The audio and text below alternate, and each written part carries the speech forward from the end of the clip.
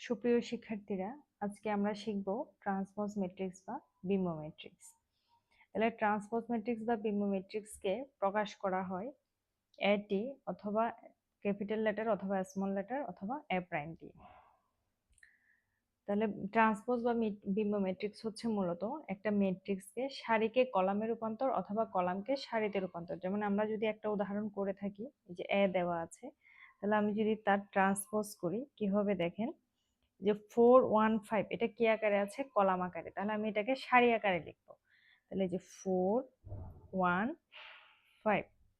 এরপর 329 এটাও কলাম আকারে আছে, আমি এটাকে সারি আকারে লিখবো। এটাই হচ্ছে ট্রান্সপোজ ম্যাট্রিক্স।